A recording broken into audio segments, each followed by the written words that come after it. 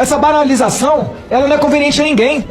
A internet hoje está num clima onde quem discorda de mim é nazista, banalizando o nazismo. Só que tem mais um elemento que eu vou querer acrescentar a essa investigação.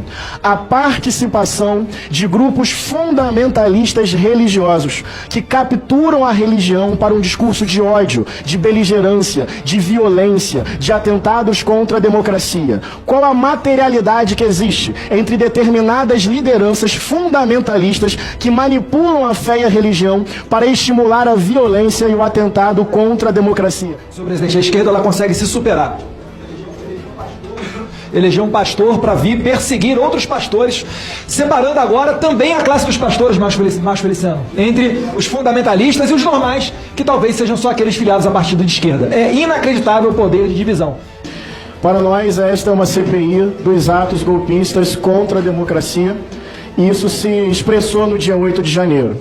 Mas no dia 31 de outubro, Bolsonaro não reconheceu o resultado das urnas e se iniciou um bloqueio de estradas no país inteiro. No dia 1º de novembro, há um vídeo de um deputado da extrema-direita inflamando o povo para ir à rua e chamando o presidente eleito Lula de narcoditador. No dia 12 de dezembro, na diplomação de Lula, houve pânico nas ruas de Brasília e militantes bolsonaristas tentando invadir a sede da Polícia Federal. No dia 24 de dezembro, teve uma tentativa de atentado à bomba contra o aeroporto de Brasília e um empresário bolsonarista acampado em QG do Exército é indicado como um dos autores. No dia 8 de janeiro, ônibus pagos por empresários bolsonaristas chegam a Brasília para provocar a depredação dos três poderes. E no dia 10 de janeiro, uma minuta de golpe é encontrada na casa de Anderson Torres, ex-ministro da Justiça de Jair Bolsonaro. Dia 8 de janeiro, no nosso entendimento, e essa investigação que com seriedade e coragem vamos fazer, é o sintoma final da lógica da extrema-direita. Um atentado contra a democracia, um atentado contra o resultado das urnas, e na verdade, esse grupo político fala disso há muito tempo, inclusive exaltando ditadores, torturadores e o golpe civil-militar de 64. Só que tem mais um elemento que eu vou querer acrescentar a essa investigação. A participação de grupos fundamentalistas religiosos que capturam a religião para um discurso de ódio, de beligerância, de violência, de atentados contra a democracia. Qual a materialidade que existe entre determinadas lideranças fundamentalistas que manipulam a fé e a religião para estimular a violência e o atentado contra a democracia? Esse é mais um elemento desse repertório do ódio e do fascismo que nós queremos com seriedade investigar. Queremos chegar aos financiadores, aos idealizadores, aos executores, à organização disso dentro das redes sociais e, tristemente, dentro até mesmo de algumas igrejas. E, por fim, eu quero aqui, com respeito, também fazer a minha palavra de repúdio ao segundo vice-presidente, senador Magno Malta. A cada 28 minutos, um jovem negro é executado nesse país. Vinícius Júnior foi alvo de racismo na Europa e ele conseguiu ridicularizar isso com uma palavra profundamente racista. Senhor presidente, a esquerda ela consegue se superar. Eleger um pastor para vir perseguir outros pastores, separando agora também a classe dos pastores, Márcio Feliciano, entre os fundamentalistas e os normais, que talvez sejam só aqueles filiados a partido de esquerda. É inacreditável o poder de divisão.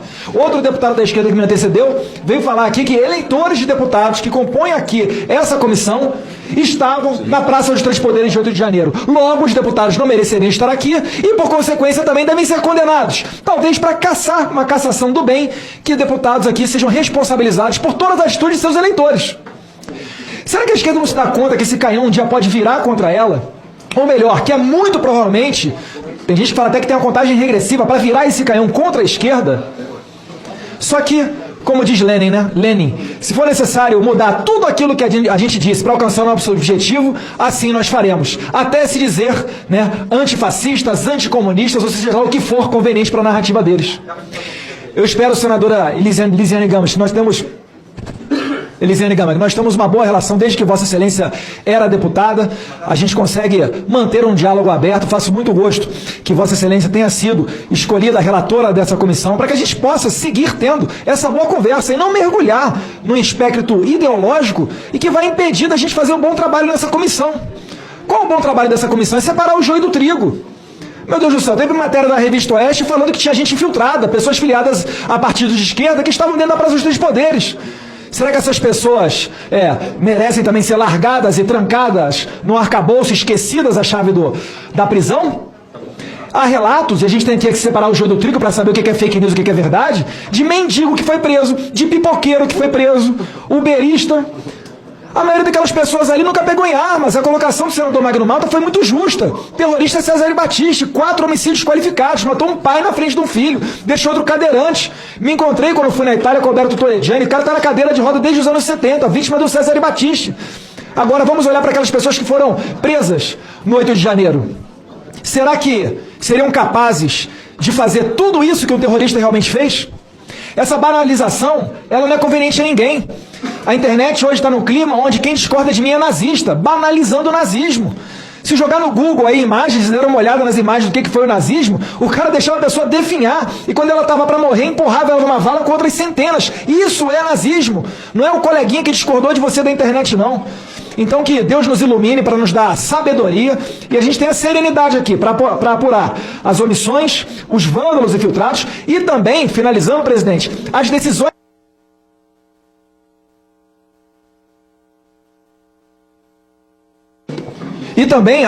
arbitrárias. Advogado que não teve acesso aos autos, cliente que ficou incomunicável, não teve acesso a kit de higiene, mulheres que não poderiam ter acesso a absorventes, mães separadas de filhos e assim por diante. A nossa missão aqui é fazer justiça, presidente. Muito obrigado.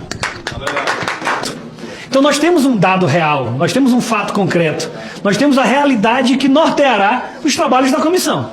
Entretanto, logo na primeira reunião já fica claro que há duas teses. Uma tese de que havia uma movimentação pacífica e política criticando o governo do presidente Lula.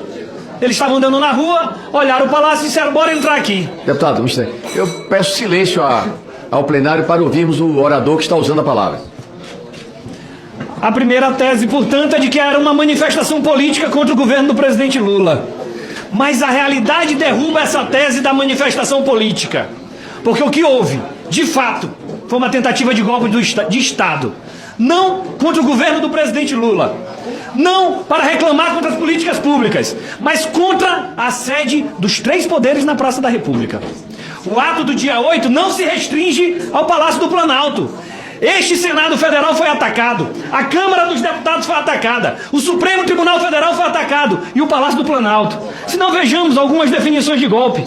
O golpe de Estado é a derrubada ilegal do poder existente por um pequeno grupo de conspiradores que usam a estratégia de capturar repentinamente as instalações e as instituições nevrálgicas do Estado. Gasparetto, por exemplo, fala, golpe de